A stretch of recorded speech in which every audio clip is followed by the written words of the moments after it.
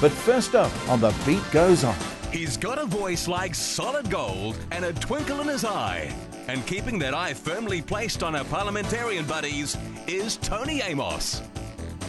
We welcome Tony and the weekly political roundup. Tony Amos, welcome back to 2012 when The Beat Goes On, Tony. Thank you, Jared. Good to see you. Good to see you. It's a good year. 2012. Good year so far, isn't it? Feeling good and wondering why. That's what 2012's about. All good. And here we are on a brand new channel. Isn't it wonderful? Brand spanking new. I mean, it's not a brand new channel, but it is for us, Jared. Yes, it is. Thank you, Q. We'll take our cue from here. Now, Tony, to our new viewers on Q, of course, you always start the show, and it's always about politics. Indeed it is, Jared. It's our weekly look at the oddballs and misfits, the geeks and the freaks, the rooters and looters of public office that we proudly know as our politicians. What are they up to now, Tony? Well, just the usual, Jared, you know, clambering for stuff, wanting to be in control, taking what they can, and not doing too much for us, because that's what they're good at. Well, Winston's at it again, isn't he? Winston is at it again, and look, Winston is so versed in the House, the running of the House of Parliament. When he's in there, he's on his stage. It's theatre, of course, for most of them, especially for Winston. And there he was, tossed out again. Yes, last week, Lockjaw Smith, the Speaker, asked Winston to leave the chamber because he'd apparently called Jerry Brownlee an illiterate woodwork teacher. Apparently he was misunderstood. He'd said illegitimate woodwork teacher. And of course, lots of other stuff happening around Parliament as well, you know. Everyone's sort of settling in a little bit. The Labor Party's newest leader, Shearer, he's in there trying to make a mark. And of course, I'm very intrigued. My Aussie mates have been having me on. They're saying, well, you Kiwis, you know, a bunch of sheep shaggers could have a leader called Shearer. It was inevitable. It was inevitable.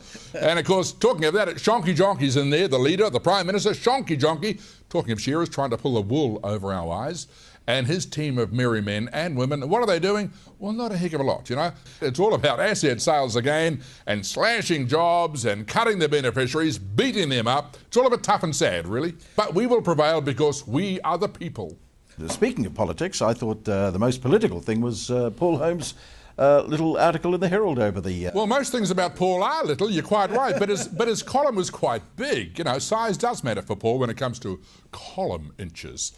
And his particular rave about, well, essentially about Waitangi Day, it's a waste of time, etc., etc., etc. And look, I'm one of those people too, Gerald. I found myself reading Paul's column and nodding in agreement as well, because it does never end. We have this separatism developing. It's appalling. Why have we got separate electoral rolls? You know, why do we have race-based politics? We should be a melting pot, but we don't get that opportunity anymore. You know, it's all a bit silly. So Holmesy, he was dead right. We can only agree with the gist of what he was talking about, can't we? So what can we look forward to for 2012, Tony? For 2012, we can look forward to Mr. Kim.com entertaining us as a big, happy German with lots of money can. Oh. Isn't he a funny fellow, eh? Oh. Not good enough apparently, not good enough in character to spend $30 or $40 million on a mansion, but good enough in character to put $10 or $20 million in the government bonds. And allowed to buy the $4.5 million house, but not the really expensive one. I mean, what's that about? And now we've got Hollywood, through the American legal system, jamming its arm right up New Zealand. You know, we are the puppets, they are the arm. And now we've got Mr. .com being buffed around by us on behalf of the Americans. What on earth is that about? It's simply outrageous. Tony, stupid. Everyone's asking, what happened to... they can't put you into jail until you're found guilty. Oh, they can, especially when Hollywood's involved. And of course, we've been down this path before. Warner Brothers rode into town a couple of years ago and shot up the sheriff. The sheriff was Shonky Jonky, and what did he do? He loaned them horses. You know, taxpayer-owned limousines were given to these guys to use. Then they negotiated about $30 million worth of taxpayers' money back. Well, it's a similar sort of scenario happening now. The American government has said jump, and Shonky and his crew have said how high.